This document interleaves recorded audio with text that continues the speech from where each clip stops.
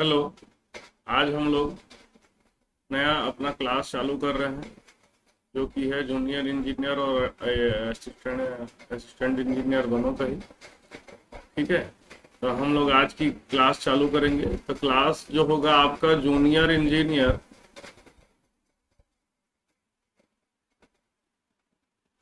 Plus assistant engineer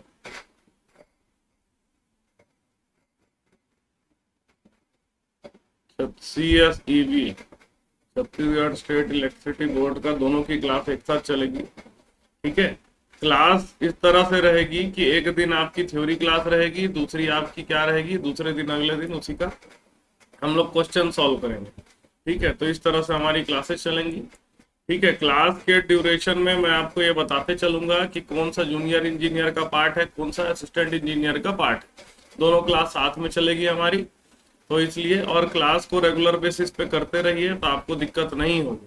ठीक है। Regular basis पे देखते रहिए, जो लाइव आ सकते हैं वो लाइव आ जाइए, डाउट पूछिए। ठीक है। और जो लाइव नहीं आ सकते वो रिकॉर्डेड लेक्चर देखिए, उसमें भी आप डाउट अपने चैट बॉक्स में पूछ सकते हैं। तो हम लोग आज स्टार्ट करेंगे हम लोग डीसी सर्किट से। DC circuit. ठीक है। डीसी सर्किट से हम लोग चालू करेंगे। तो डीसी सर्किट में क्या क्या सिलेबस है जो जूनियर इंजीनियर में है, क्या क्या सिलेबस है जो असिस्टेंट इंजीनियर का है, क्लास लेते लेते मैं आपको ये बताते चलूंगा। ठीक है। तो सबसे पहले हम लोग समझेंगे what is electricity. What is electricity, electricity क्या है इसका बेसिक हम लोग समझते हैं। इलेक्ट्रिसिटी जो होता है, फ्लो ऑफ इलेक्ट्रॉन।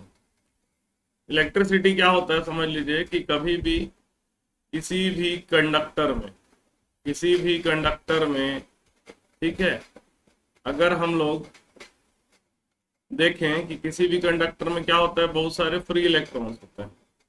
बहुत सारे क्या होते हैं, फ्री इलेक्ट्रॉन्स होते हैं।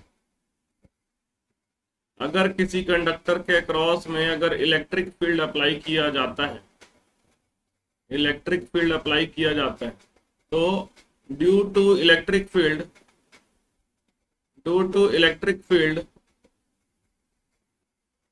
इलेक्ट्रॉन्स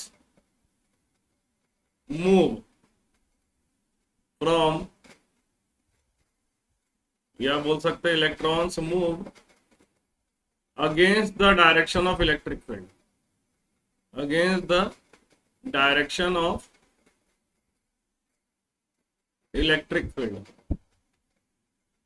ठीक है। इलेक्ट्रिक फील्ड के विरोध डायरेक्शन में वो मूव करता है। जैसे मान लीजिए इलेक्ट्रिक फील्ड आपके इस डायरेक्शन में, ठीक है, ये जो ग्रीन वाला जो एरो है ये इलेक्ट्रिक फील्ड को रिप्रेजेंट कर रहा है। इलेक्ट्रॉन्स का मूवमेंट कैसा होगा, इलेक्ट्रॉन्स का मूवमेंट उल्टा होगा।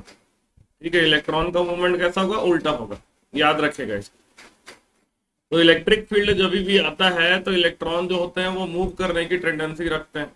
ठीक है। और जब इलेक्ट्रॉन्स मूव करते हैं तो हम लोग बोलते हैं करंट फ्लो करता है। तो करंट क्या होता है, what is current, flow of electron is called current, is called current.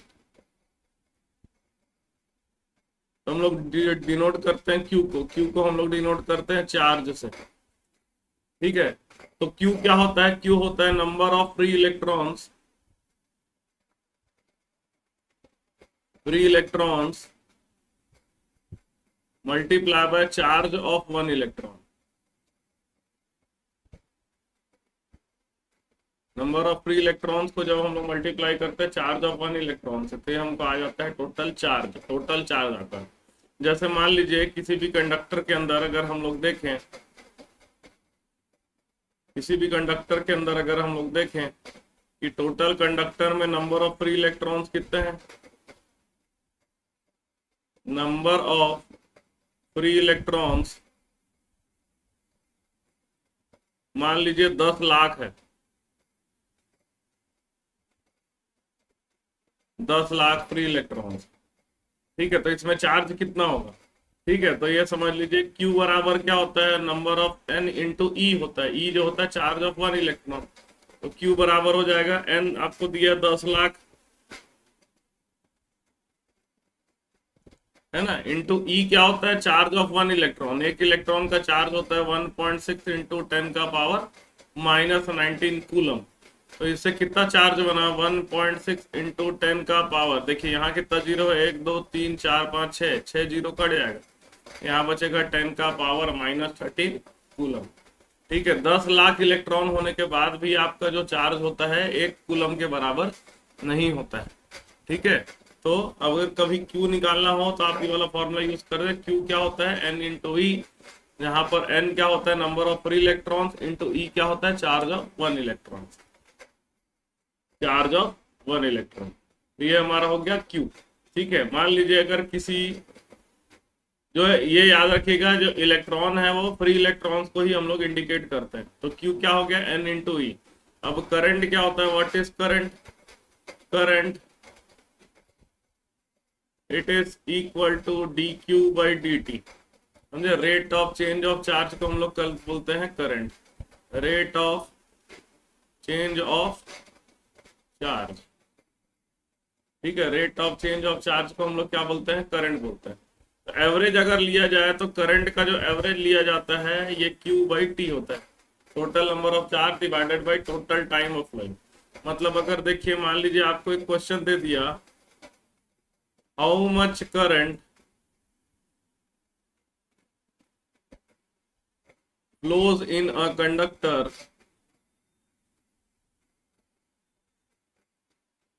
if 6.023 into 10 का power 23 electrons flow from one end to another end in 1 minute। समझे, इसको समझते हैं क्वेश्चन को, कि यहाँ पर जो कंडक्टर है, कंडक्टर में टोटल कितने फ्री इलेक्ट्रॉन्स है, कंडक्टर में टोटल हमारे 6.023 इंटू 10 का पावर 23 फ्री इलेक्ट्रॉन्स है। ठीक है, अब इतना इलेक्ट्रॉन जो है फ्लो कर रहा है एक एंड से दूसरे एंड इन 1 मिनट। तो सबसे पहले क्या कर देते हैं, Q निकाल देते हैं, या करंट डायरेक्ट निकाल सकते हैं, Q divided by T current होता है। Q बराबर होता है N into E divided by T. Number of electrons कह रहा है 6.023 इंटू 10 का पावर 23, है ना, इंटू ई होता है 1.6 इंटू 10 का power -19 whole divided by T क्या है 1 मिनट, मिनट को सेकंड में चेंज करेंगे तो 60 आंसर आएगा। तो इसको सॉल्व कर लेते हैं, इसको हम लोग सॉल्व कर लेते हैं, तो इसका आंसर आ जाएगा, देखिए कितना आएगा आंसर, इसका आंसर आ जाएगा 6.023 इंटू 1.6 डिवाइडेड बाई 60, है ना। तो इसका आंसर आ रहा है आपका 0.1606, तो आ जाएगा 0.1606 इंटू 10 का पावर 23 -19 हो जाएगा 4, तो आंसर आ जाएगा 1606 एम्पियर आंसर आ जाएगा, 1606 एम्पियर आंसर आ जाएगा। ठीक है, तो ये हमारा क्या है, इस तरह से हम लोग क्या करते हैं, करंट निकालते हैं। ठीक है, अब हम लोग सभी लोग, करंट का यूनिट क्या होता है, unit of electric current, unit of electric current is ampere, उसको हम लोग क्या बोलते हैं, एम्पियर बोलते हैं। इलेक्ट्रिक करंट का यूनिट होता है एम्पियर, ए से डिनोट किया जाता है।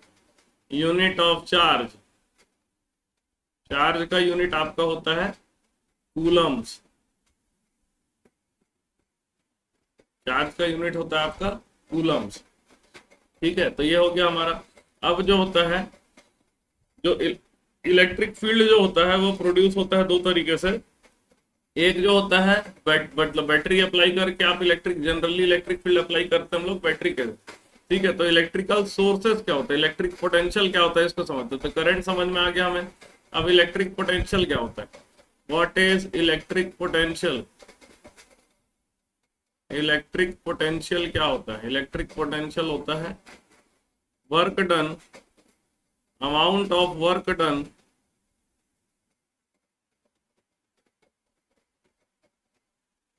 to bring a unit positive charge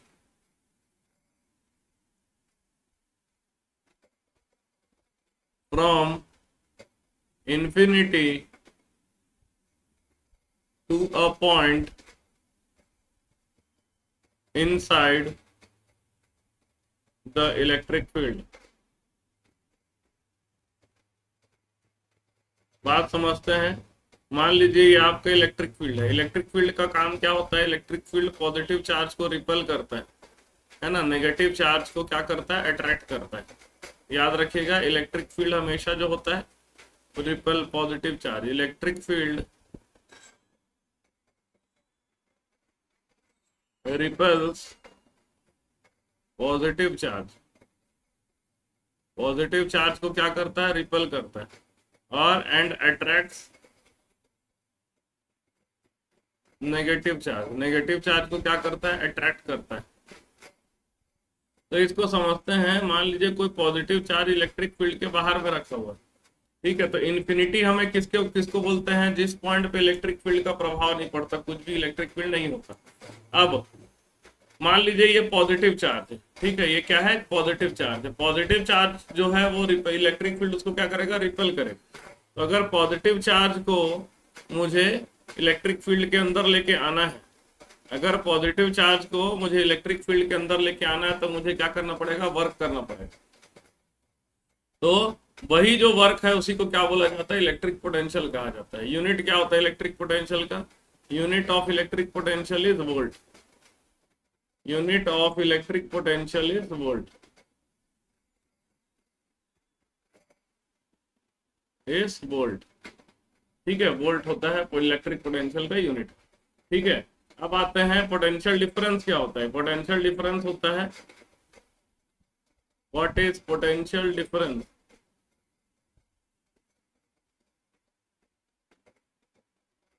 electric potential difference क्या होता है? Amount of work done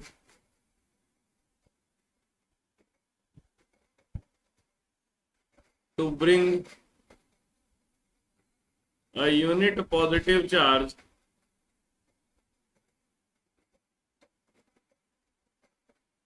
from one point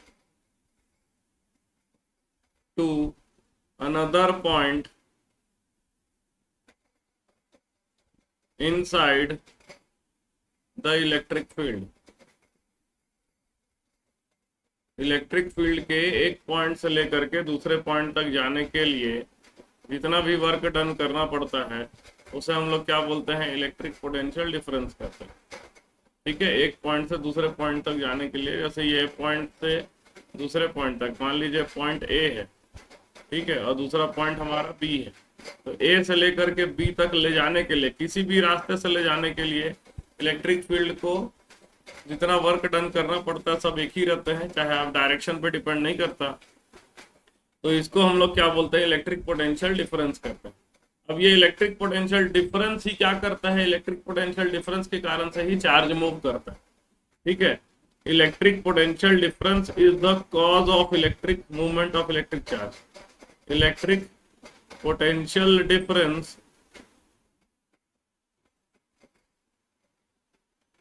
is the cause of movement of electric charge।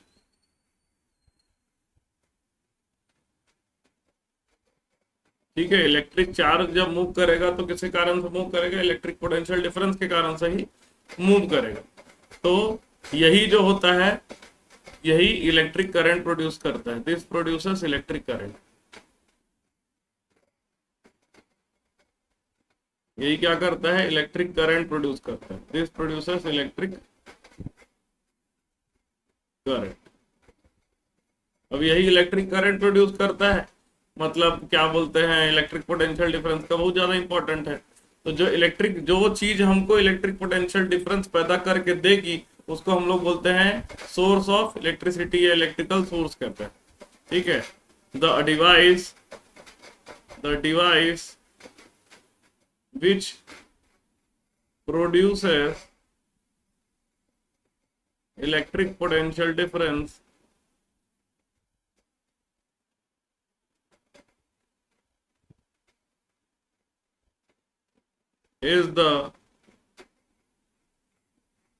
is called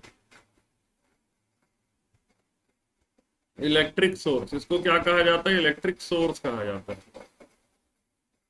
इसको क्या कहा जाता है? इलेक्ट्रिक सोर्स कहा जाता है। जो डिवाइस इलेक्ट्रिक पोटेंशियल डिफरेंस पैदा कर रही है उसे क्या कहा जाता है? इलेक्ट्रिक सोर्स कहा जाता है। ठीक है, तो सोर्स अगर देखेंगे, टाइप्स ऑफ इलेक्ट्रिकल सोर्सेस, उसको दो भाग में बांटा गया है। बेसिक जो है टाइप्स ऑफ इलेक्ट्रिक सोर्सेस,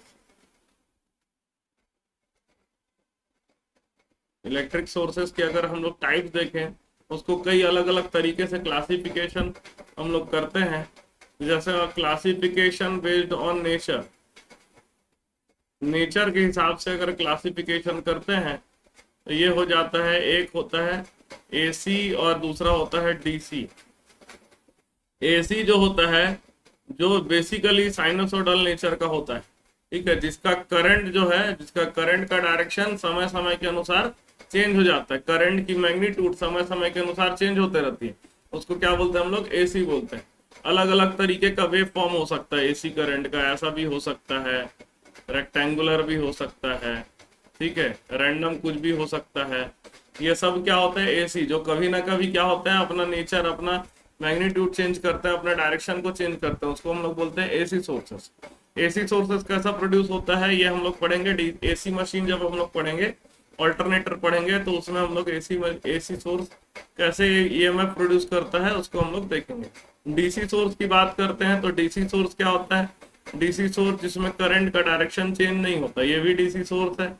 ये भी आपका डीसी सोर्स है, प्योर डीसी नहीं है लेकिन फिर भी इसको डीसी माना जाता है। ठीक है, डीसी विथ एसी कंपोनेंट, ये प्योर डीसी है। ये क्या है? हमारा प्योर डीसी है, इसमें करंट का मैग्नीट्यूड चेंज नहीं होता समय के अनुसार।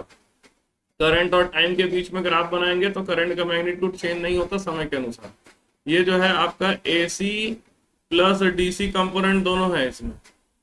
ठीक है, तो ये कंपोनेंट वगैरह क्या होता है, ये सबको हम लोग जब आगे हम लोग पावर इलेक्ट्रॉनिक्स समझेंगे तो उसको हम लोग क्लियर करें। तो बेस नेचर के अनुसार देखेंगे तो दो तरह के सोर्स होते हैं, एसी और डीसी। दूसरा है type, type of output. Output किस तरह का है उसके अनुसार दो तरह का सोर्स होता है। एक को हम लोग बोलते हैं वोल्टेज सोर्स। वोल्टेज सोर्स क्या होता है? जिसका वोल्टेज समय के अनुसार चेंज नहीं होता, जिसका वोल्टेज का मैग्नीट्यूड समझ लो मॉड वी जो है समय के अनुसार चेंज नहीं होगा, उसको हम लोग क्या बोलते हैं? वोल्टेज सोर्स बोलते हैं। समझे? इसका वोल्टेज क्या होगा? सेम रहेगा, थ्रू आउट क्या रहता है? सेम रहता है। और दूसरा जो होता है जिसको हम लोग बोलते हैं करंट सोर्स। करंट सोर्स मतलब क्या है? वोल्टेज सोर्स का मतलब है कि लोड बदलता रहेगा। आपको सबको पता है कि लोड हमेशा बदलते रहता है। जो जो डिवाइस इलेक्ट्रिसिटी यूज करती है उसको हम लोग बोलते हैं लोड। लोड हमेशा बदलते रहता है। कैसे बदलते रहता है समझते हैं। हम लोग हमेशा 24 घंटे पंखा चालू करके तो नहीं रखते, घर से बाहर चले जाते हैं पंखा बंद कर देते हैं, लाइट बंद कर देते हैं, लोड चेंज हो जाता है, फिर घर आते हैं पंखा चालू कर देते हैं, लाइट चालू कर देते हैं, एसी चालू कर देते हैं, लोड फिर चेंज हो जाता है। एनी टाइम जो होता है लोड क्या होता है? बदलते रहता है। तो इसीलिए लोड अगर बदलते रहेगा फिर भी अगर वोल्टेज कांस्टेंट रहे तो उसको हम लोग बोलते हैं फेयरली कांस्टेंट रहे।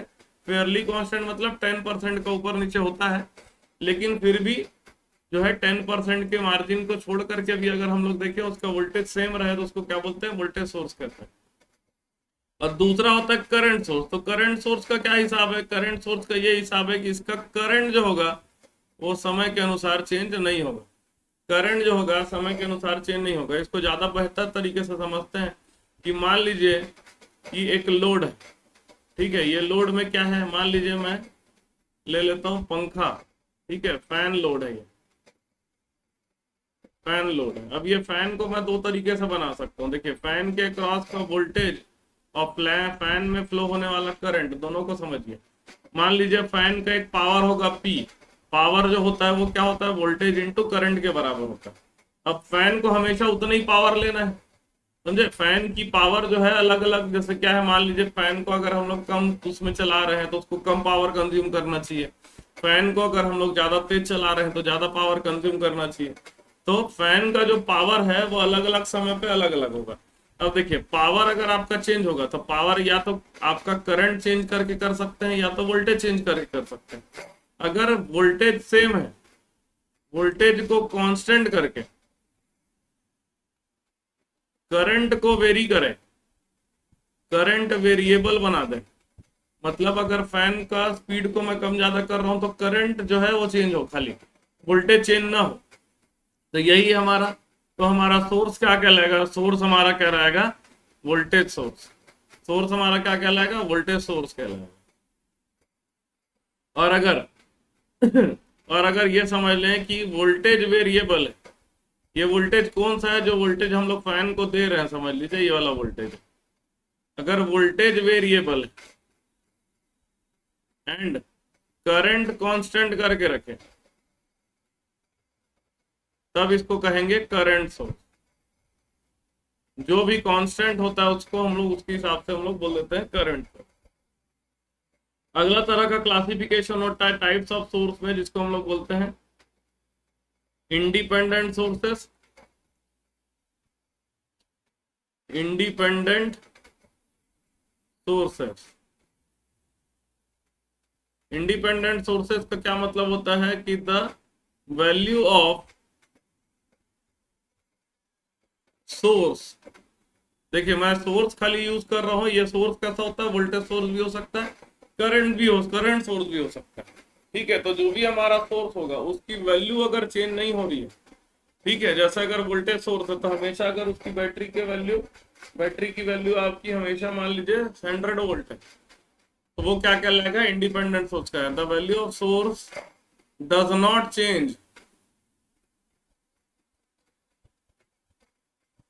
With any parameter of the circuit.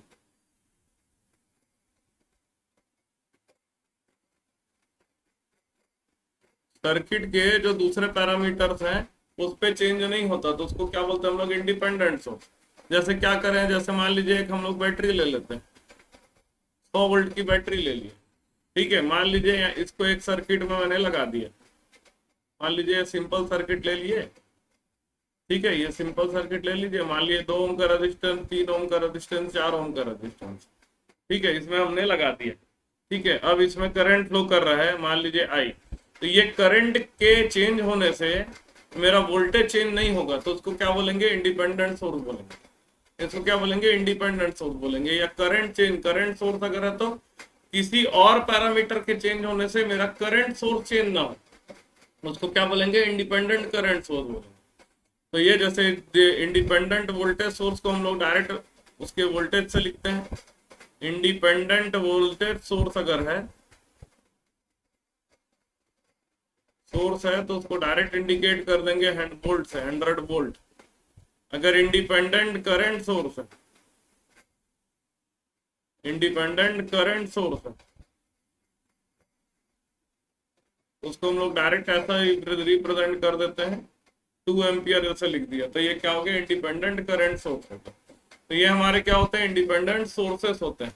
इस तरह से हम लोग क्या करते हैं, सोर्सेस को डिफाइन करते हैं। इस तरह से हम लोग क्या करते हैं, सोर्सेस को डिफाइन करते हैं, ठीक है। अब जैसे बात करते हैं सोर्स, इंडिपेंडेंट सोर्स के अलावा दूसरा सोर्स क्या होगा, इंडिपेंडेंट सोर्स के अलावा दूसरा सोर्स होता है जिसको हम लोग बोलते हैं dependent source. Dependent source, dependent source क्या होता है, dependent source the magnitude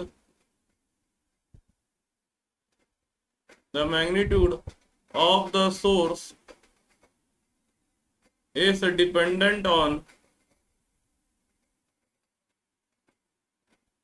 some other parameters, किसी दूसरे पैरामीटर्स पे डिपेंड करता है। देखिए डिपेंडेंट सोर्स वाला जो भाग है ये आपका एई के लिए है, ठीक है, जो एई का तभी तैयारी कर रहा है साथ साथ वो डिपेंडेंट सोर्स को भी समझिएगा। तो डिपेंडेंट सोर्स का क्या है, जो सिर्फ जेई का तैयारी कर रहे हैं वो डिपेंडेंट सोर्स इस पार्ट को स्किप कर दीजिएगा। तो डिपेंडेंट सोर्स का क्या हिसाब है, डिपेंडेंट सोर्स का ये हिसाब है कि ये जो है इस सोर्स की वैल्यू किसी ना किसी पैरामीटर पे डिपेंड करेगा, ठीक है। अब जैसे डिपेंडेंट सोर्स भी 4 तरीके के होते हैं। टाइप्स ऑफ डिपेंडेंट सोर्स अगर देखें,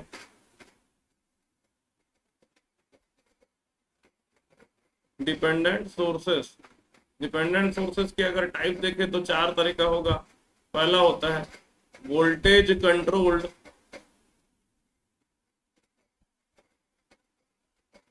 वोल्टेज सोर्स, इसको कैसे रिप्रेजेंट करेंगे, ऐसा डायमंड से रिप्रेजेंट किया जाता है। ये क्या होता है, एक वोल्टेज सोर्स, और ये 2V लिख दिया। अब ये क्या है 2V, जैसे मान लीजिए इसको मैं सर्किट बना दिया, इसका वोल्टेज है V, है ना, तो ये जो सोर्स है वो यहाँ के वोल्टेज पे डिपेंड करेगा। ये जो वोल्टेज है ना उस पे ये वाला सोर्स डिपेंड करेगा। ये जो वोल्टेज है इसके वोल्टेज के ऊपर ये वाला सोर्स डिपेंड करता है। इसको क्या बोलेंगे, वोल्टेज कंट्रोल्ड वोल्टेज सोर्स कहेंगे। दूसरा होता है जिसको हम लोग बोलते हैं current controlled voltage source. Current controlled voltage source, current controlled voltage source क्या होता है, जैसे इसको मैं ऐसा बताया कि एक वोल्टेज सोर्स है जो कहीं के करंट पे डिपेंड करता है। मान लीजिए ये वोल्टेज सोर्स है, इसमें 2I लिख दिया, ठीक है, 2I लिख दिया।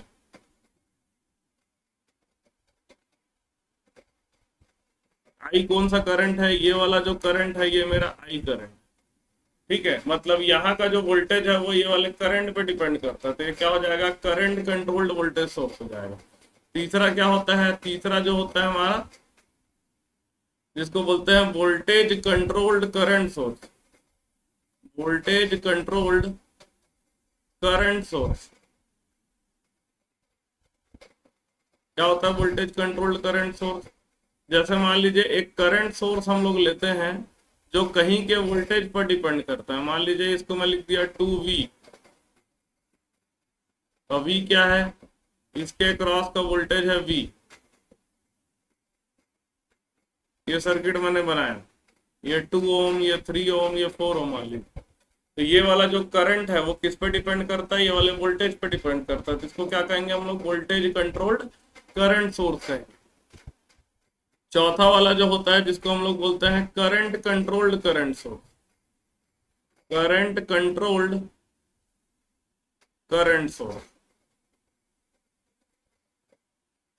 ये क्या होता है, करंट कंट्रोल्ड करंट सोर्स, ये जो होगा, जो डिपेंडेंट सोर्स का जो करंट होगा वो कहीं के करंट पे डिपेंड करेगा। मान लीजिए ये कौन सा करंट है, ये वाला करंट है I, ठीक है, तो ये वाला करंट I पर ये वाला जो करंट सोर्स है वो डिपेंड करेगा, तो इसको क्या कहेंगे, करंट कंट्रोल्ड करंट सोर्स कहेंगे।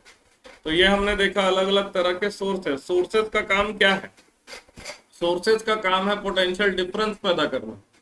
सोर्सेज का काम क्या है, पोटेंशियल डिफरेंस पैदा करना, ताकि जो है चार्ज फ्लो होना चालू हो, और चार्ज फ्लो होगा तभी क्या करेगा, वो करंट प्रोड्यूस करेगा। करंट प्रोड्यूस करेगा तो करंट ही क्या करता है, वर्क करता है, जो हमारे यूजफुल आता है, यूजफुल हमारे काम आता है, हमारे यूजफुल होता है वो करंट, ठीक है। तो करंट यूजफुल क्यों होता है, क्योंकि करंट वर्क करता है, समझे, वो करंट क्या करता है, वर्क करता है। मोटर में करंट मैकेनिकल वर्क करता है, हीटर में करंट हीट जो है हीटिंग पर्पस के लिए हीटिंग वर्क करता है, अलग अलग। बल्ब में करंट जो है लाइट प्रोड्यूस करता है, लाइट एनर्जी प्रोड्यूस करता है। तो ये इस तरह से क्या हो गया, इस तरह से हम लोग का सोर्स काम करता है। सोर्स के बिना कभी भी इलेक्ट्रिसिटी नहीं हो सकती, ठीक है। तो हम लोग सोर्स के बारे में समझ गए, एसी डीसी सोर्स, फिर वोल्टेज सोर्स और करंट सोर्स।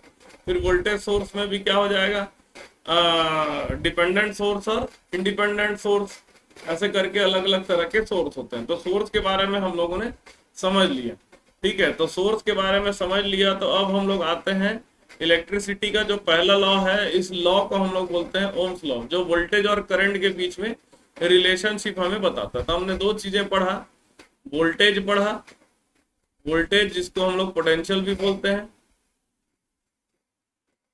ठीक है, वोल्टेज जो है वो क्या है, पोटेंशियल ही है, ठीक है। और क्या पढ़ा हमने, चार्ज पढ़ लिया। अच्छा, वोल्टेज जो होगा V इज इक्वल टू क्या होता है, V इज इक्वल टू होता है work done per unit charge, W divided by Q। Work done per unit charge को हम लोग क्या बोलते हैं, वोल्टेज बोलते हैं, समझे। Amount of work done per unit charge उसको क्या बोलते हैं, वोल्टेज बोलते हैं, W डिवाइडेड बाई Q। तो ये हमारा हो गया वोल्टेज। चार्ज क्या हो गया, चार्ज हो गया Q is equal to N into E के बराबर हो गया। और तीसरा हमने क्या पढ़ा, करंट पढ़ा। करंट जो होता है I is equal to Q divided by T होता है, तो ये तीन को हम लोग लेते हुए आगे बढ़ते हैं। V is equal to W by Q, Q is equal to N E. Charge का यूनिट होता है कूलम, है ना, कूलम। करंट का यूनिट होता है एम्पियर, और वोल्टेज या पोटेंशियल का यूनिट होता है वोल्ट। ठीक है, तो अब हम लोग पढ़ेंगे एक नया लॉ जिसको हम लोग बोलते हैं Ohm's law.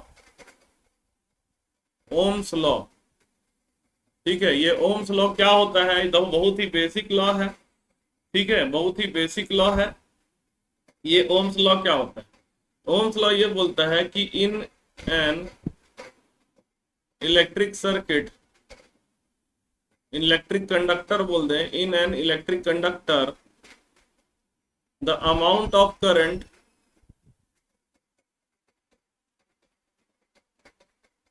flowing across the conductor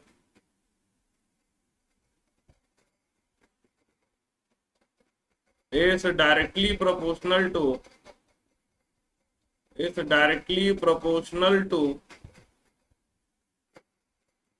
potential difference across it।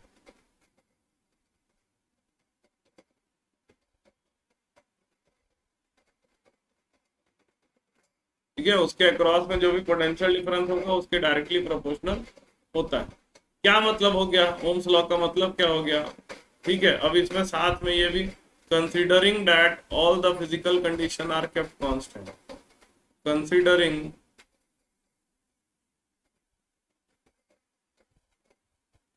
that all the physical conditions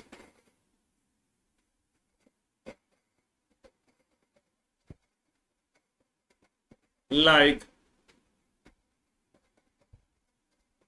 pressure, temperature, number of moles, etc. are kept constant। मतलब समझते हैं, जैसे कोई भी कंडक्टर हम लोग ले लिए, मान लीजिए ये हमने एक कंडक्टर ले लिया,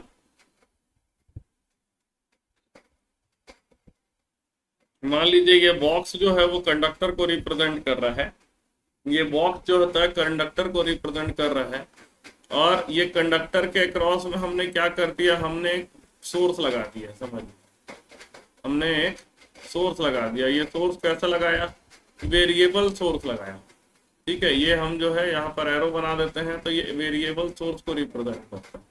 और हम क्या करते हैं? हम बीच में लगा दिए एम मीटर, हम बीच में लगा दिए एम मीटर, करंट नापने के लिए एम मीटर लगा दिए, और इसके अक्रॉस का जो वोल्टेज है या पोटेंशियल डिफरेंस है उसको नापने के लिए हमने एक वोल्ट मीटर लगा दिया इसके अक्रॉस। ठीक है, तो ये देखने को मिलता है कि अगर मैं करंट और पोटेंशियल, वोल्ट पोटेंशियल के बीच में अगर मैं डेटा कलेक्ट करता हूं, तो करंट और जो वोल्टेज है, पोटेंशियल है, वो डायरेक्ट आपसी प्रोपोर्शनल होता है। प्रोपोर्शनल होने का क्या मतलब होता है? मान लीजिए 10 वोल्ट देने से अगर 1 एम्पियर करंट फ्लो करता है, तो डबल करेंगे वोल्टेज को तो करंट भी डबल हो जाएगा, ट्रिपल करेंगे वोल्टेज को तो करंट भी ट्रिपल हो जाएगा। ठीक है, मतलब जैसा वोल्टेज चेंज होगा उसके अनुसार ही हमारा करंट भी चेंज होता है। तो मैथमेटिकली हम लोग इसको कैसे लिखते हैं? मैथमेटिकली लिखते हैं current is directly proportional to voltage, current is directly proportional to voltage. मतलब अगर वोल्टेज 0 देंगे तो करंट भी 0 हो जाएगा। ठीक है, जैसा वोल्टेज आप बढ़ाओगे, वोल्टेज को डबल करेंगे तो करंट भी डबल हो जाएगा। तो ये हमारा क्या है? ओम्स लॉ है। लेकिन ओम्स लॉ तभी फॉलो होता है जब सारे हम लोग कंडीशन को, pressure, temperature, number of moles, ये सब को हम लोग कांस्टेंट करके रखते हैं। ठीक है, जो जनरली नॉर्मली अगर आप देखेंगे तो वो नहीं होता है। अगर आप ये सबको कंट्रोल करके नहीं रख सकते, अगर आप किसी में करंट फ्लो कराएंगे तो उसमें हीट होगा तो टेम्परेचर बढ़ेगा ही बढ़ेगा। तो प्रैक्टिकली आप देखेंगे कि मैक्सिमम सर्किट में ओम्स लॉ फॉलो नहीं हो पाता है। ठीक है, क्योंकि अगर टेम्परेचर चेंज हो गया, प्रेशर चेंज हो गया, वॉल्यूम चेंज हो गया, तो कई सारी चीजें चेंज हो जाती है। ठीक है, तो उसके कारण से ओम्स लॉ फॉलो नहीं हो पाता है। तो अगर ओम्स लॉ को देखें तो ओम्स लॉ बेसिक है। ओम्स लॉ ये बताता है कि अगर आप करंट और वोल्टेज के बीच में ग्राफ बनाते हो, अगर आप करंट और वोल्टेज के बीच में ग्राफ बनाते हैं तो ये ग्राफ कैसा आएगा, स्ट्रेट लाइन जो ओरिजिन से पास करेगा, स्ट्रेट लाइन जो ओरिजिन से पास करेगा। तो ये जो ग्राफ है, ये मैथमेटिकल रिलेशनशिप में अगर हम लोग प्रोपोर्शनलिटी साइन को हटाते हैं तो एक कांस्टेंट आता है जिसको हम लोग बोलते हैं G इंटू वी। एक कांस्टेंट आता है जिसको हम लोग बोलते हैं G इंटू वी। जी को क्या कहा जाता है, G इज कॉल्ड कंडक्टेंस। उसको क्या कहा जाता है, कंडक्टेंस कहा जाता है। इसका यूनिट होता है, यूनिट इज मो, MHO, मो, या उल्टा ओम, ऐसा ये सिंबल होता है। ठीक है, या एक और यूनिट होता है जिसको बोलते हैं सीमेंस, SIEMENS। इसको एस से रिप्रेजेंट किया जाता है। इसको हम लोग किससे रिप्रेजेंट करते हैं, एस से रिप्रेजेंट करते हैं। तो I is equal to G into V हो गया। यहाँ पर करंट और वोल्टेज के बीच में ग्राफ बनाएंगे तो कैसा आएगा, स्ट्रेट लाइन आएगा पासिंग थ्रू द ओरिजिन। ठीक है, I is equal to G into V आ गया। G जो होता है it is equal to 1/R। यहाँ पर R को हम लोग क्या बोलते हैं, रेजिस्टेंस कहते हैं। R को क्या कहते हैं, रेजिस्टेंस कहते हैं। तो I इज इक्वल टू हो जाएगा V/R, और इसी से हम लोग बन जाता है V is equal to I into R। V की वैल्यू हो जाती है I इंटू R। तो V का अब हमें दो इक्वेशन मिल गया और करंट का भी दो इक्वेशन मिल गया। तो करंट का एक इक्वेशन क्या है, I is equal to Q divided by T। I is equal to Q divided by T, ये भी यूज कर सकते हैं। और करंट का दूसरा इक्वेशन हो गया I is equal to V/R। यहाँ पर V क्या होता है, V जो होता है हमारा पोटेंशियल डिफरेंस होता है। V क्या होता है, V हमारा होता है potential difference. I is equal to हो गया V/R। उसी तरह से V का भी दो इक्वेशन बन गया, एक V is equal to W divided by Q और दूसरा V is equal to I into R हो गया। दो इक्वेशन हमें मिल गया।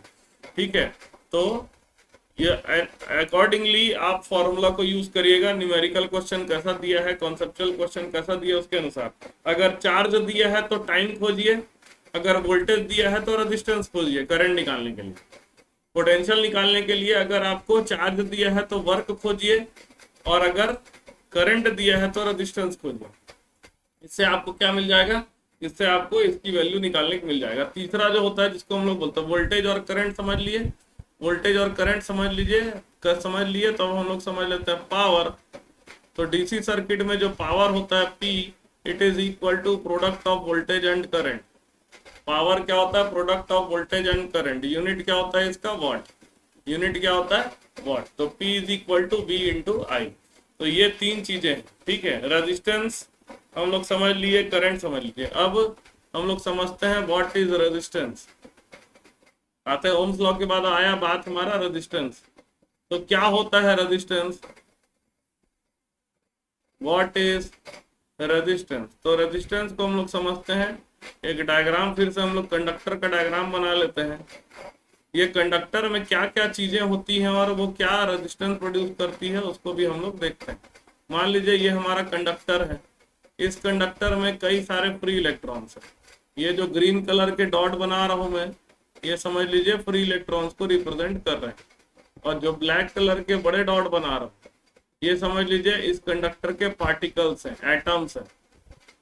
ठीक है, और याद रखिएगा एटम्स में हमेशा जो होता है क्या होता है, रैंडम मोशन होता है, वो मूव करते रहता है, घूमते रहता है। तो कभी भी जब पोटेंशियल डिफरेंस मिलेगा, समझिए कभी भी हम लोग मान लीजिए कंडक्टर में लगा दिए एक बैटरी, बैटरी लगाने से क्या मिलेगा, पोटेंशियल डिफरेंस मिलेगा। तो जितना भी इलेक्ट्रॉन है उसकी टेंडेंसी होगी बैटरी के पॉजिटिव की तरफ जाने की। समझे, जितने भी इलेक्ट्रॉन्स होते हैं उनकी टेंडेंसी होती क्या, बैटरी के तरफ जाने की।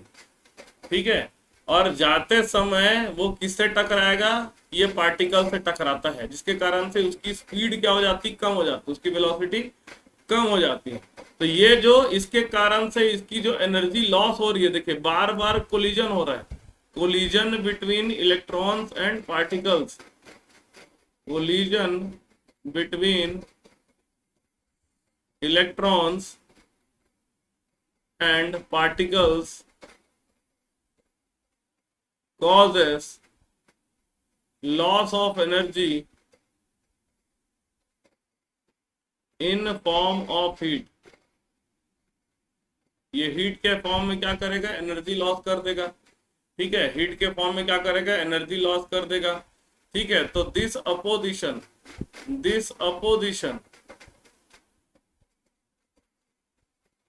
To the flow of electrons, ये इलेक्ट्रॉन्स के जो फ्लो है उसके अपोजिशन को इज कॉल्ड रेजिस्टेंस। इसको क्या कहा जाता है, रेजिस्टेंस कहा जाता है। ये जो अपोजिशन आ रहा है ना, फ्लो ऑफ इलेक्ट्रॉन्स में क्या मिल रहा है हमें, अपोजिशन मिल रहा है, विरोध हो रहा है, तो उसको क्या कहा जाता है, इसी को हम लोग बोलते हैं रेजिस्टेंस। इसी को हम लोग क्या कहते हैं, रेजिस्टेंस कहते हैं। तो ये हमारा होता है रेजिस्टेंस। तो रेजिस्टेंस जो होता है वो किसके किसके ऊपर चेंज होता है, dependency of resistance, dependency of resistance. तो रेजिस्टेंस कैसे कैसे चेंज होता है, तो रेजिस्टेंस जो होता है directly proportional to resistance is directly proportional to the length of the conductor।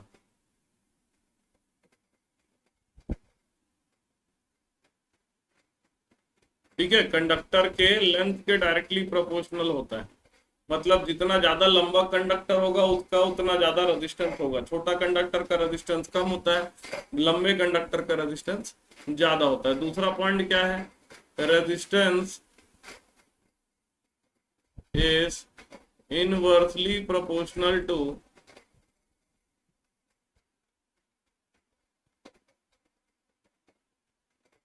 The area of cross section of the conductor. Conductor के एरिया ऑफ क्रॉस सेक्शन के इनवर्सली प्रोपोर्शनल। ठीक है, मतलब क्या हो गया, एरिया ऑफ क्रॉस सेक्शन क्या होता है, जैसे ये कंडक्टर है, ठीक है, मान लीजिए तो ये वाला जो भाग होता है, जो उसका कटिंग अगर उसको काटोगे तो ये वाला जो भाग है इसी को क्या बोलेंगे, इसी को क्रॉस सेक्शन बोलेंगे। इसी को क्या कहेंगे, क्रॉस सेक्शन बोलेंगे। ये जो भाग है ये क्या है, क्रॉस सेक्शन। मतलब जो मोटा कंडक्टर होता है, resistance is inversely proportional to area of cross section. मतलब जो मोटा कंडक्टर होगा उसका रेजिस्टेंस क्या होगा, कम होगा। जो पतला कंडक्टर होगा उसका रेजिस्टेंस क्या होगा, ज्यादा होगा। A thick conductor will have less resistance, a thick conductor will have less resistance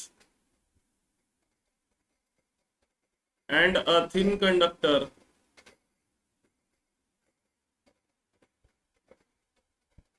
will have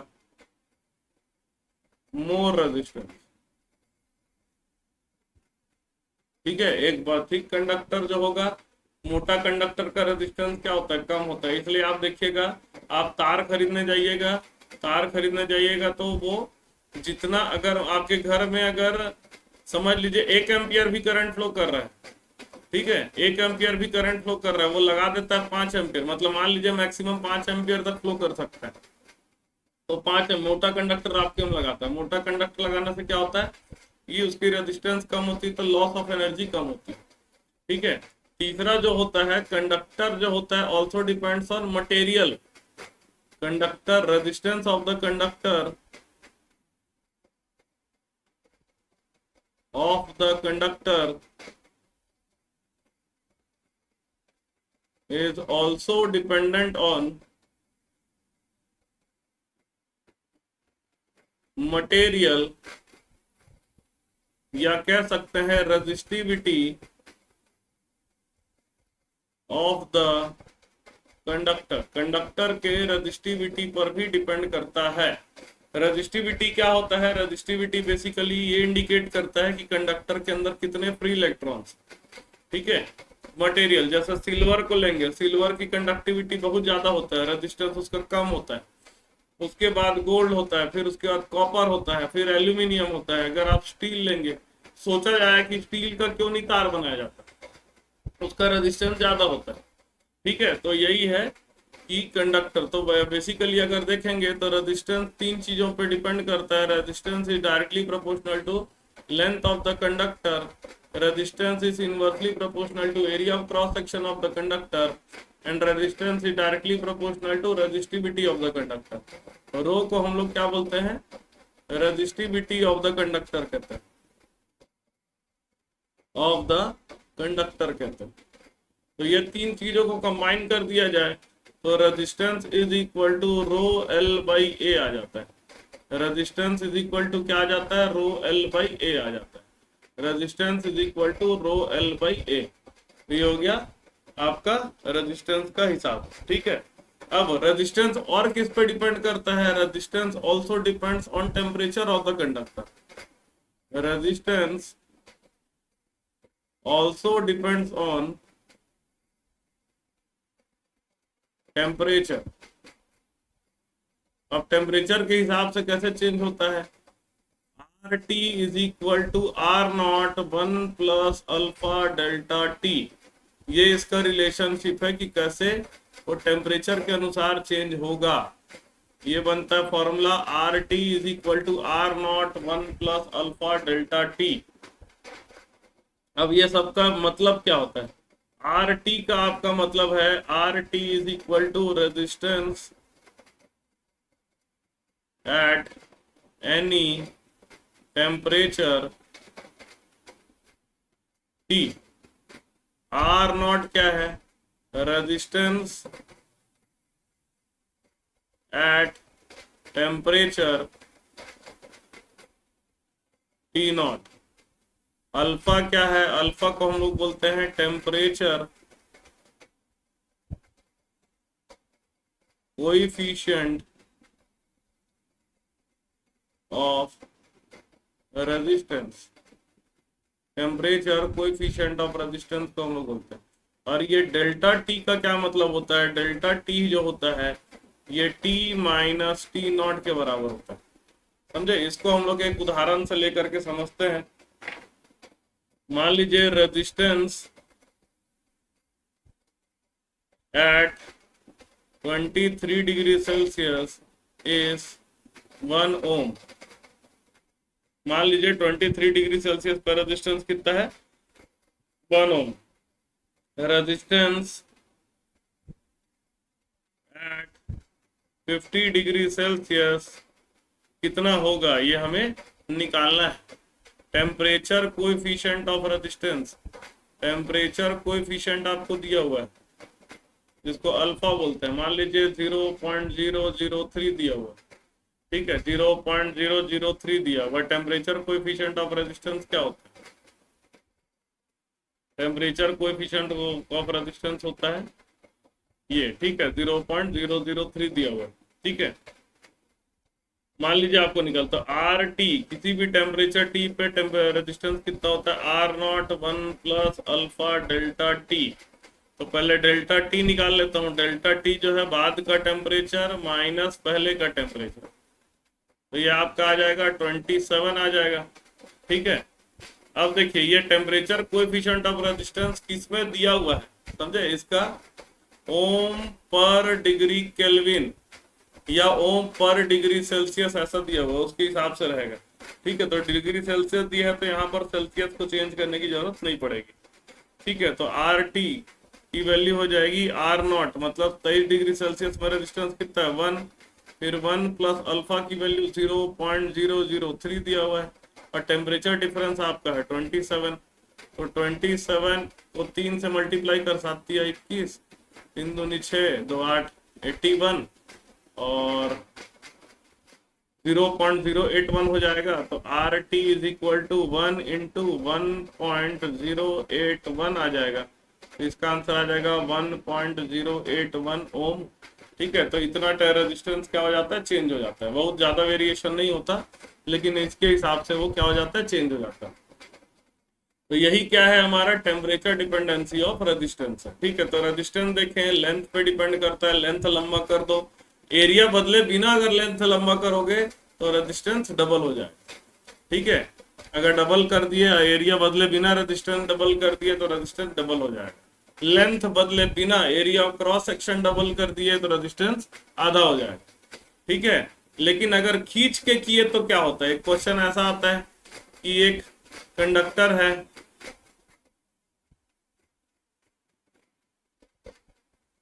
ठीक है, एक कंडक्टर है, इसकी लंबाई को डबल कर दिया गया खींच के। तो जब लंबाई तुम डबल करोगे खींच करके, जब लंबाई हम खींच करके डबल कर दिए तो उसका जो मोटाई है वो क्या हो जाएगा, कम हो जाएगा। समझे, क्योंकि वॉल्यूम तो उतना ही रहना है।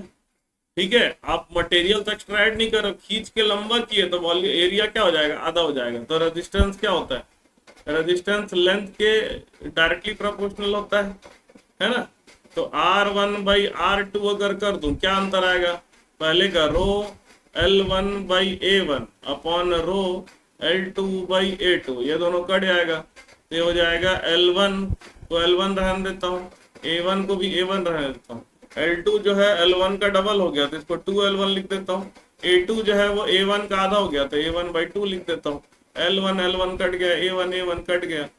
ठीक है, तो इसका आंसर आ जाएगा R1 upon R2 is equal to 1/4, मतलब R4R1 is equal to R2, मतलब आपका जो रेजिस्टेंस है वो कितना हो जाएगा, 4 गुना हो जाएगा, 4 टाइम्स मल्टीप्लाई हो जाएगा। तो ये होता है हमारा टेम्परेचर के हिसाब से रेजिस्टेंस कैसे कैसे चेंज होते हैं। ठीक है, अब आगे बढ़ते हैं हम लोग। नेक्स्ट जो होता है कॉम्बिनेशन ऑफ रेजिस्टेंस देखते हैं। अब ये रेजिस्टेंस एक नहीं, दो नहीं, तीन नहीं, ज्यादा से ज्यादा हम लोग लगा सकते हैं, डिपेंड करता है। ठीक है, तो कॉम्बिनेशन ऑफ रेजिस्टेंस को समझना भी इंपॉर्टेंट है। कॉम्बिनेशन ऑफ रेजिस्टेंसेस, ठीक है, दो रेजिस्टेंस को सिंपल है, दो तरह का कॉम्बिनेशन होता है। एक होता है सीरीज कॉम्बिनेशन, सीरीज कॉम्बिनेशन में रेजिस्टेंस डायरेक्टली दो रेजिस्टेंस लगा दिए R1 R2, टोटल रेजिस्टेंस हो जाता है R1 प्लस R2। ठीक है, दूसरा होता है जिसको बोलते हैं पैरेलल कॉम्बिनेशन। इसमें क्या होगा, दोनों रेजिस्टेंस इस तरह से लगे रहेंगे कि इनका वोल्टेज सेम रहे। ठीक है, R1 और R2, तो यहाँ पर हो जाएगा 1/R is equal to 1/R1 plus 1/R2। इस तरह से पैरेलल कॉम्बिनेशन होता है। ठीक है, सीरीज पैरेलल को पहचानने का तरीका मैंने आपको डेमो क्लास में बताया है, उसको एक बार देखिएगा, सीरीज और पैरेलल को कैसे पहचानना और उसको करना। तीसरा जो होता है कॉम्बिनेशन में कुछ कनेक्शन भी होते हैं, star connected resistances, star connected resistances. मान लीजिए 3 रेजिस्टेंस है,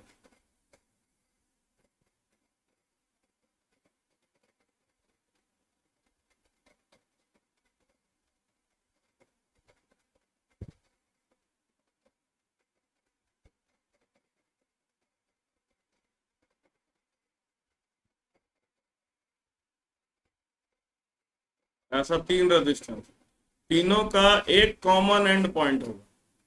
समझ लीजिए तीनों का, मान लीजिए ये एक क्या है, कॉमन एंड पॉइंट, और बाकी जो दूसरा एंड पॉइंट है ये तीनों का अलग अलग है।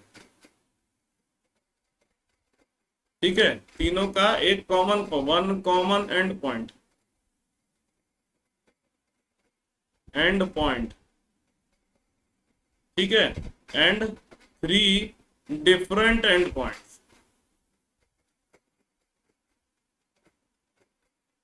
तो उसको हम लोग बोलते हैं स्टार कनेक्टेड रेजिस्टेंस। तो इसमें कभी कभी क्लास में एग्जाम में घुमाने का कोशिश करता है, जैसे अगर मैं बोलूं ये तीनों रेजिस्टेंस स्टार में है क्या,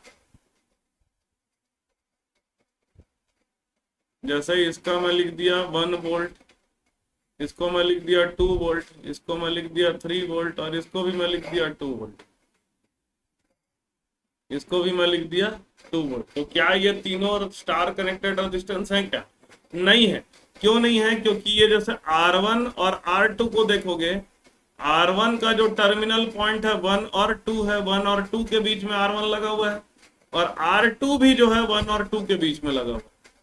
तो जब उनके टर्मिनल पॉइंट सेम होते हैं, डेमो क्लास में मैंने आपको ऑलरेडी बता दिया है, टर्मिनल पॉइंट अगर सेम होते हैं तो वो दोनों रेजिस्टेंस क्या होता है, पैरेलल में होते हैं।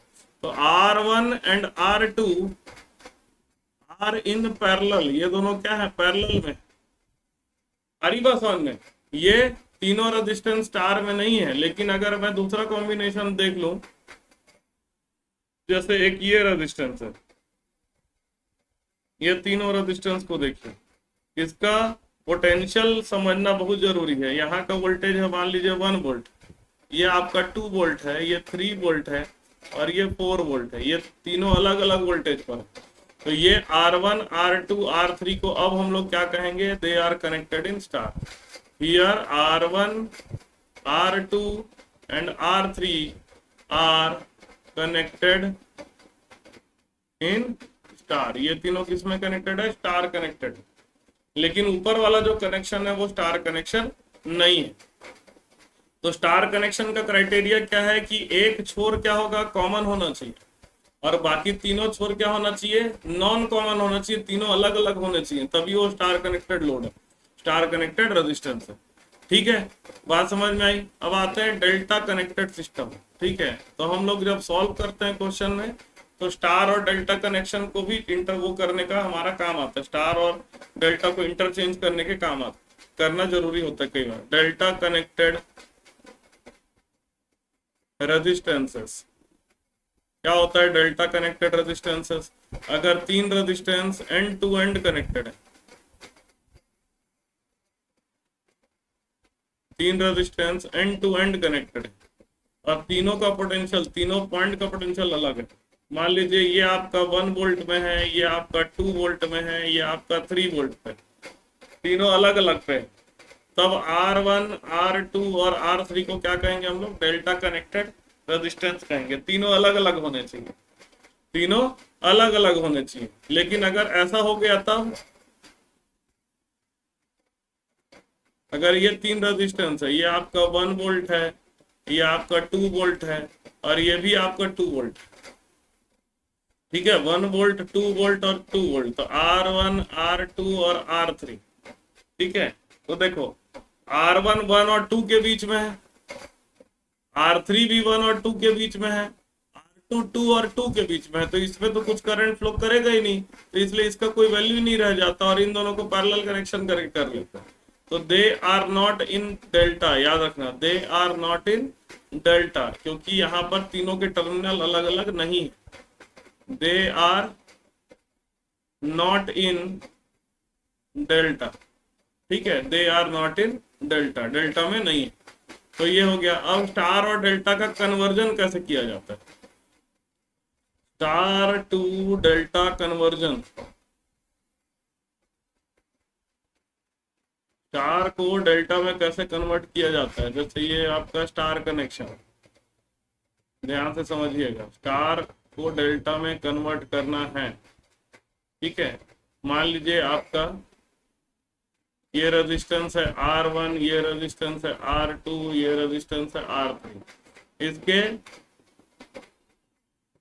इक्विवेलेंट आपको डेल्टा बनाना है। 1 और 2 के बीच में जो रेजिस्टेंस है R1 2 और 3 के बीच में जो रेजिस्टेंस है इसको R23 कह देता हूँ, और 3 और 1 के बीच में रेजिस्टेंस है इसको मैं R13 कह देता हूँ। तो इसको करने के लिए आपका तरीका क्या है, आपको सबसे पहले n एक निकाल लेना है। ठीक है, एक टेक्निक मैं बता रहा हूँ, n कैसे निकाला जाता है, कपल बना करके ऐड कर दो। R1 और R2 और R3 तीन रेजिस्टेंस से पहले कपल बनाइए और ऐड कर दिए, R1 R2 plus R2 R3 plus R3 R1, couple बना दिए। अब मान लीजिए आपको निकालना है R12, इसका equivalent delta R12 numerator divided by इसके अपोजिट में जो रेजिस्टेंस है R3। उसी तरह से R23 निकालना है, तो न्यूमरेटर डिवाइडेड बाई 2 3 के अपोजिट में क्या है R1। उसी तरह से R13 निकालना है, तो न्यूमरेटर डिवाइडेड बाई 13 का अपोजिट में क्या है R2। इस तरह से हम लोग क्या करते हैं, स्टार को डेल्टा में कन्वर्ट कर देते हैं। दूसरा हम लोग को देखना है delta two star conversion. Delta two star conversion कैसे करते हैं, डेल्टा को स्टार में कन्वर्जन कैसे करते हैं, इसको समझने के लिए क्या करेंगे, सबसे पहले आप डेल्टा ले लीजिए। मान लीजिए डेल्टा में तीन रेजिस्टेंस है,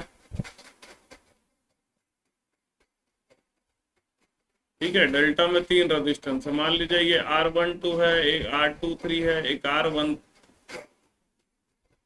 2 2 3 और 1 3 है। ठीक है, अब इसका इक्विवेलेंट आपको तो करना क्या है, हर छोर से एक एक रेजिस्टेंस निकाल दीजिए, हर छोर से एक एक रेजिस्टेंस निकाल दीजिए और उसका एक कॉमन, तो इसको मैं R1 लिख देता हूँ, इसको मैं R2 लिख देता हूँ, इसको मैं R3 लिख देता हूँ। अब क्या करना है, इसमें आपको डिनोमिनेटर निकालना है। डिनोमिनेटर कैसे निकालना है, तीनों रेजिस्टेंस को ऐड कर दीजिए, R12 plus R23 plus R13, तीनों को ऐड कर दिया। अब मेरे को मान लीजिए R1 निकालना है। R1 कैसे निकालूंगा, R1 देखिए किसके किसके बीच में है, 1 2 और 2 3 के बीच में, जिसके जिसके बीच में उसको मल्टीप्लाई कर दीजिए, 1 2 और 2 3 के बीच में, डिवाइडेड बाय डिनोमिनेटर। उसी तरह से R2 निकालना है, R2 किसके किसके बीच में है, R2 3 के बीच में है और R1 3 के बीच में है, डिवाइडेड बाय डिनोमिनेटर। उसी तरह से R3 निकालना है, तो R3 किसके किसके बीच में है, 1 2 के बीच में है और 1 3 के बीच में है, डिवाइडेड बाय डिनोमिनेटर। तो ये हो गया स्टार को डेल्टा में कन्वर्ट करने का। ठीक है, तो अब आपको क्या है, किसी भी सर्किट को सॉल्व करना है तो आपको पहले क्या है, रेजिस्टेंस के कॉम्बिनेशन करने पड़ते हैं और फिर ओम्स लॉ लगाते हैं। तो सबसे पहले हम लोग स्टार्ट करते हैं DC circuit having only one sources, DC circuit having only one source. ठीक है, जिस एडीसी सर्किट जिसमें सिर्फ एक सोर्स है उसमें हम लोग ओम्स लॉ लगा करके बना सकते हैं। ठीक है, कुछ क्वेश्चन में आपको डेमो क्लास में भी दिया था, जैसे मान लीजिए ये एक बैटरी है, मान लीजिए 10 वोल्ट की बैटरी है, एक रेजिस्टेंस है 2 ओम का, एक रेजिस्टेंस है 3 ओम का, एक रेजिस्टेंस है 6 ओम का। ठीक है, मुझे क्या करना है, मुझे निकालना है हर एक रेजिस्टेंस में पावर, हर एक रेजिस्टेंस का वोल्टेज और हर एक रेजिस्टेंस का करंट। ठीक है, मैं आपको थोड़ा ज्यादा लॉन्ग क्वेश्चन बता रहा हूँ, इसका कोई एक पार्ट आपको एग्जाम में पूछ देगा, कैसे बनाना है इसको समझते हैं। क्वेश्चन है find V, I and P for each resistor, हर रेजिस्टेंस का आपको V, I और P निकालना है।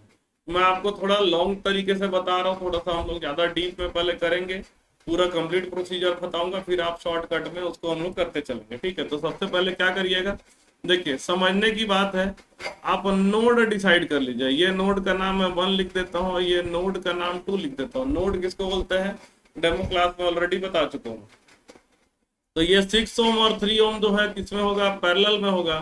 तो जो टोटल रेजिस्टेंस होगा 6 रेजिस्टेंस और 3 ओम पैरेलल, उसका जो कॉम्बिनेशन आएगा वो सीरीज में हो जाएगा 2 के। तो टोटल रेजिस्टेंस होगा 6 और 3 का पैरेलल कॉम्बिनेशन, 6 × 3/6 + 3 + 2, तो ये हो जाएगा 18/9, मतलब 2 + 2, ये आंसर आ जाएगा 4 ओम। तो टोटल करंट जो होगा, टोटल करंट जो ये वाला करंट है I, ये टोटल करंट कितना हो जाएगा, 10 / 4, मतलब 2.5 एम्पियर। कितना हो जाएगा, 2.5 एम्पियर हो जाएगा टोटल करंट। ठीक है, अब हम लोग किसी एक नोड को 0 मानते हैं। अब यहाँ का अगर जो है नोड 1 का वोल्टेज लेंगे, नोड 1 का वोल्टेज कितना आ जाएगा, 10 - 2I, मतलब 10 - 2 × 2.5, मतलब ये आ जाएगा 5 वोल्ट। अब ये जो करंट है जो 3 में फ्लो कर रहा है, इसको मैं I1 कह देता हूँ। I1 की वैल्यू कैसे निकलेगी, I1 आपका हो जाएगा V1 / 3, मतलब 5/3 एम्पियर आ जाएगा। और I2 ये क्या हो जाएगा, I2 हो जाएगा आपका V1 / 6, मतलब ये हो जाएगा 5/6 एम्पियर। ठीक है, तो टोटल हमें, तो हम लोग अगर देखेंगे voltage in a 2 ohm resistor, 2 ohm resistance में कितना वोल्टेज हो जाएगा, तो ये 2 मल्टीप्लाई है उसका करंट I, तो 2 × उसका करंट है 2.5, मतलब 5 वोल्ट आ जाएगा। Voltage across the 3 ohm resistor, 3 ohm resistance का वोल्टेज कैसे निकालेंगे, current multiply by resistance, resistance है उसका 3, उसमें फ्लो कर रहा है करंट I1, तो 3 मल्टीप्लाई बाय I1 की वैल्यू कितना है, 5/3, मतलब ये आ जाएगा आपका 5 वोल्ट। ये भी उसी तरह से वोल्टेज एट 6 ओम रजिस्टर, तो 6 ओम का रेजिस्टेंस है 6, उसका करंट है I2, 6 इंटू 5/6, ये कितना आ गया 5 वोल्ट आ गया। तो तीनों ही रेजिस्टेंस में कितना वोल्टेज है 5 वोल्ट है। अब अगला हम लोग को निकालना है पावर। पावर क्या होता है, वोल्टेज इंटू करंट होता है। Power is equal to V into I. तो power in a 2 ohm resistor, 2 ohm resistance का वोल्टेज है 5 और उसका करंट है 2.5, कितना हो गया 10 watt. Power in a 3 ohm resistor, 3 ohm resistance का वोल्टेज है 5 और उसका करंट है 5/3। ठीक है, तो ये हो जाएगा आपका 15/3 वॉट, मतलब समझ लीजिए, सॉरी 15/3 नहीं 25/3 वॉट। और power in a 6 ohm resistance, ये हो जाएगा, उसका वोल्टेज है 5 और उसका करंट है 5/6, तो 25/6 वॉट। समझ गए। तो इस तरह से क्या करना है, अलग अलग का पावर निकालना है। ठीक है, अब धीरे धीरे हम लोग सर्किट की कॉम्प्लेक्सिटी को बढ़ाते हैं। मान लीजिए आपका रजिस्टर, ये सर्किट ऐसा दिया हुआ,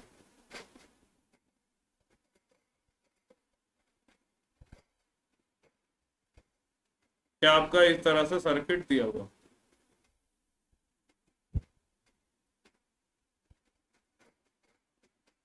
ये आपका 2 ओम का रजिस्टर है, ये भी 2 ओम का रजिस्टेंस है, ये 4 ओम का रजिस्टर है, ये मान लीजिए आपका 6 ओम का रजिस्टेंस है, ये 3 ओम का रजिस्टेंस है,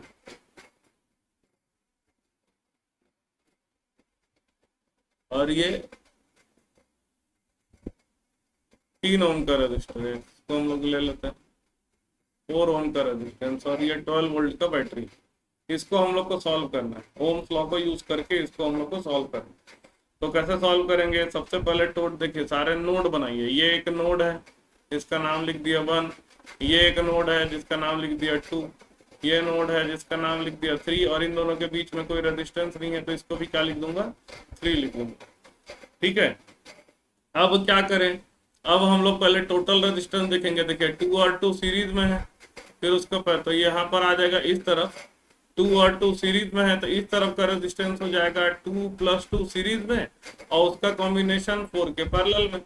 इस ओर का रेजिस्टेंस देखेंगे 6 और 3 दोनों पैरेलल में दिख रहा है, ये आ जाएगा 4 पैरेलल 4 तो आ जाएगा 2 ओम, 6 पैरेलल 3 ये भी आ जाएगा 2 ओम।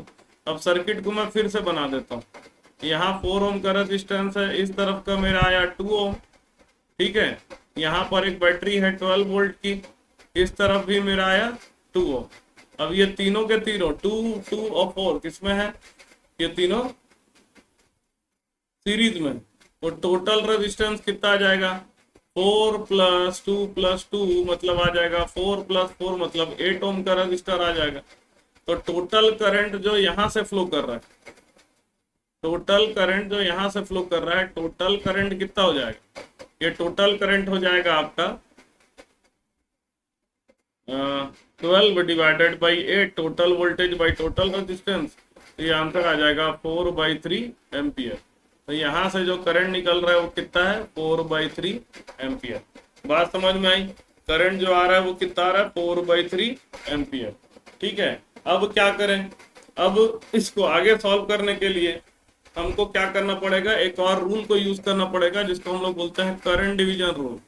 ठीक है, करंट डिवीजन रूल को यूज करना पड़ेगा, करंट डिवीजन रूल। ठीक है, देखिए वोल्टेज निकाल करके भी हम कर सकते थे लेकिन उसमें थोड़ा सा दिक्कत आएगा। ठीक है, दिक्कत क्या आएगा, देखिए यहाँ पर का वोल्टेज को V1 मान लीजिए मैं निकाल भी लेता हूँ। ठीक है, तो V1 यहाँ का वोल्टेज को आपको 0 मानना पड़ेगा। ठीक है, और यहाँ का वोल्टेज आप कैसे निकालेंगे जब तक आपको ये वाला V2 नहीं पता रहेगा। इसलिए यहाँ पर इस तरह के क्वेश्चन में हम लोग करंट डिवीजन प्रिंसिपल को यूज करना पड़ेगा। तो करंट डिवीजन रूल भी मैंने आपको बता चुका है कि ये 4/3 एम्पियर बराबर बराबर बटेगा, कितना बन जाएगा 2/3 एम्पियर और 2/3 एम्पियर, ये फिर से ऐड अप हो करके कितना हो गया 4/3 एम्पियर। अब 4/3 6 और 3 में कैसे बचेगा, तो 4/3 एम, इसको मेरे को 6 और 3 में बांटना है, तो 6 और 3 में बांटना है, 3 का निकालने के लिए क्या करूंगा 3 से मल्टीप्लाई करूंगा, तो आंसर आ जाएगा 4/9 एम्पियर आ जाएगा। 3 का, और 4/3 इंटू 6/9 कर दूं, ये आ जाएगा 8/9 एम्पियर। मतलब इसमें जो करंट फ्लो कर रहा है वो कितना कर रहा है, 4/9 एम्पियर करंट फ्लो कर रहा है 3 ओम रेजिस्टेंस में, और इसमें आपका फ्लो कर रहा है, सॉरी 6 का निकालने के लिए 3 से मल्टीप्लाई करते हैं, मतलब इसमें आपका 4/9 एम्पियर करंट फ्लो कर रहा है और इसमें आपका 8/9 एम्पियर करंट फ्लो कर रहा है। अब हर ब्रांच का आपको क्या गया, हर ब्रांच का हमें रेजिस्टेंस पता है, करंट पता है, तो वोल्टेज निकाल सकते हैं। ठीक है, सबका वोल्टेज और करंट और पावर आप जो है होमवर्क क्वेश्चन में इसको निकाल के रखिएगा। ठीक है, अब हम लोग आते हैं नेक्स्ट टॉपिक पे, जो कि आपका है किरचॉफ्स लॉ। ठीक है, कुछ क्वेश्चन और इसके हम लोग और करेंगे कल। ठीक है, आज हम लोग थोड़ा सा थ्योरी कंप्लीट कर लेते हैं। किरचॉफ्स लॉ, किरचॉफ्स लॉ क्या होता है? किरचॉफ्स, किरचॉफ्स एक साइंटिस्ट थे जिन्होंने सर्किट को सॉल्व करने के लिए 2 लॉ दिया, जिसको पहले वाले लॉ को बोलते हैं हम लोग किरचॉफ्स वोल्टेज लॉ। पहला लॉ क्या है? Kirchhoff's voltage law. Voltage law क्या होता है? The algebraic sum of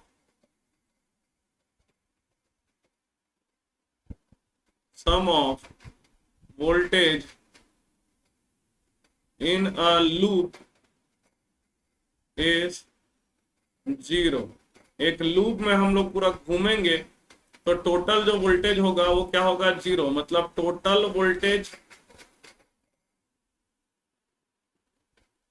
rise is equal to total voltage drop.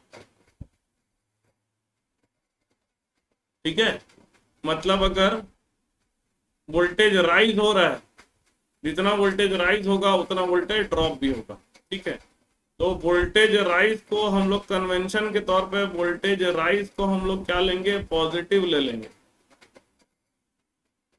और वोल्टेज फॉल को, वोल्टेज ड्रॉप को हम लोग क्या लेंगे? वोल्टेज ड्रॉप को हम लोग निगेटिव लेंगे। ठीक है, वोल्टेज ड्रॉप को क्या बोलेंगे, क्या लेंगे हम लोग? नेगेटिव लेंगे। ठीक है, इसको मैं समझाता हूँ एक सर्किट में। ठीक है, Kirchhoff's voltage law, voltage rise को हम लोग पॉजिटिव लेंगे, वोल्टेज ड्रॉप को हम लोग क्या लेंगे? नेगेटिव लेंगे। जैसे मान लीजिए कोई भी आपको इलेक्ट्रिक सर्किट है जिसमें 2-3 रेजिस्टेंस है।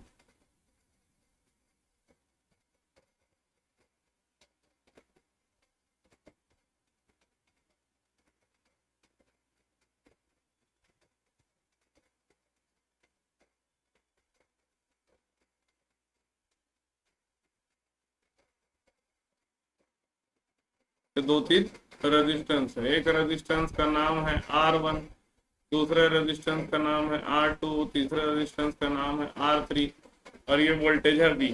मान लीजिए इसमें करंट फ्लो कर रहा है I। ठीक है, एक करंट फ्लो कर रहा है I।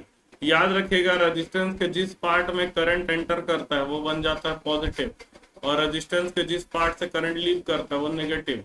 और ये मान लीजिए इसका वोल्टेज कितना हो जाएगा? I into R1। उसी तरह से यहाँ पर पॉजिटिव नेगेटिव, इसका वोल्टेज हो जाएगा I इंटू R2। फिर ये पॉजिटिव नेगेटिव, इसका वोल्टेज हो जाएगा I into R3।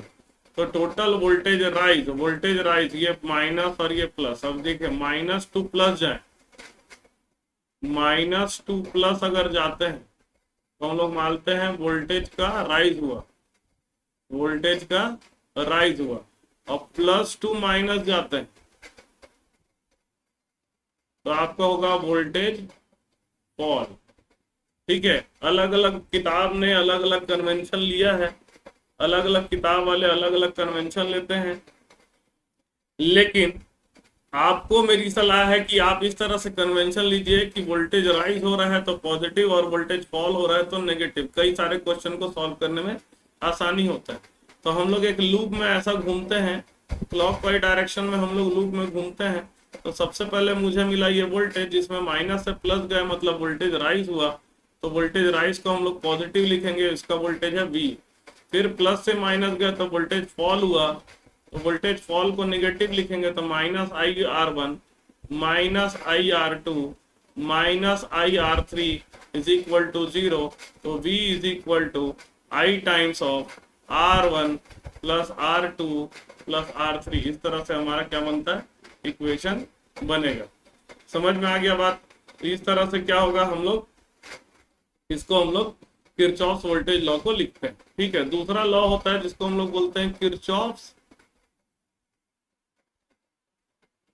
Current law. Kirchhoff's current law क्या है? Kirchhoff's current law, Kirchhoff's current law, अच्छा किरचॉफ्स वोल्टेज लॉ किस पे डिपेंडेंट है? It is based on law of conservation of energy. Kirchhoff's voltage law किस पे बेस्ड है? Based on law of conservation of energy. किस पे डिपेंडेंट है? Law of conservation of energy के बेस पे है ये। ठीक है, अब आते हैं Kirchhoff's current law. Kirchhoff's current law क्या बोलता है? किरचॉफ्स करंट लॉ बोलता है the algebraic sum of current at a node is 0। Algebraic sum of current at a node is 0। इसको हम लोग क्या बोलते हैं? किरचॉफ्स करंट लॉ बोलते हैं। मतलब total current entering a node is equal to total current leaving the node।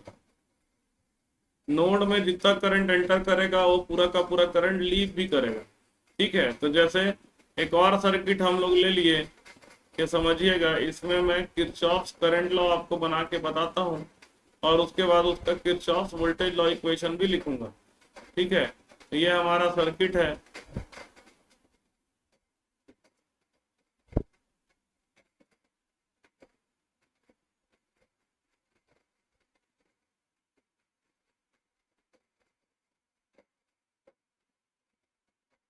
मान लीजिए ये रेजिस्टेंस आपका है R1,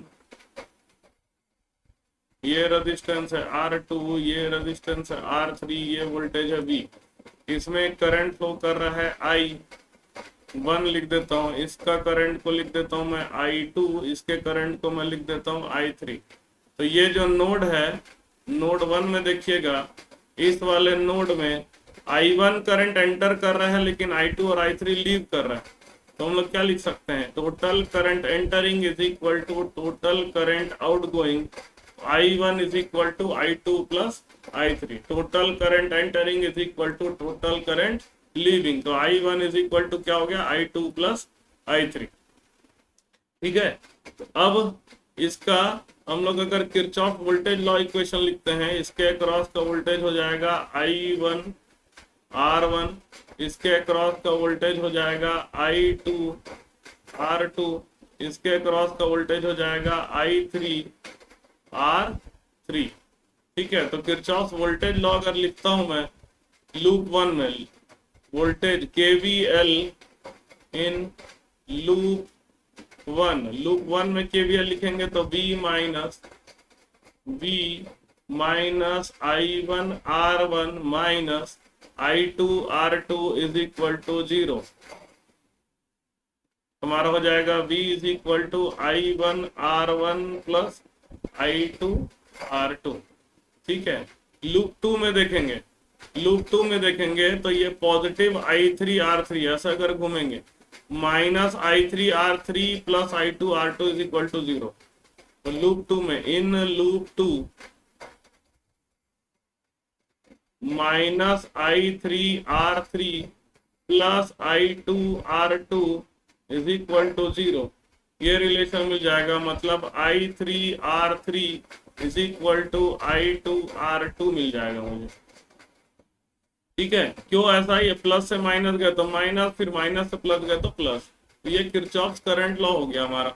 ठीक है, किरचॉफ्स करंट लॉ हो गया, किरचॉफ्स वोल्टेज लॉ हो गया। ठीक है, कि ओम्स लॉ हो गया हमारा।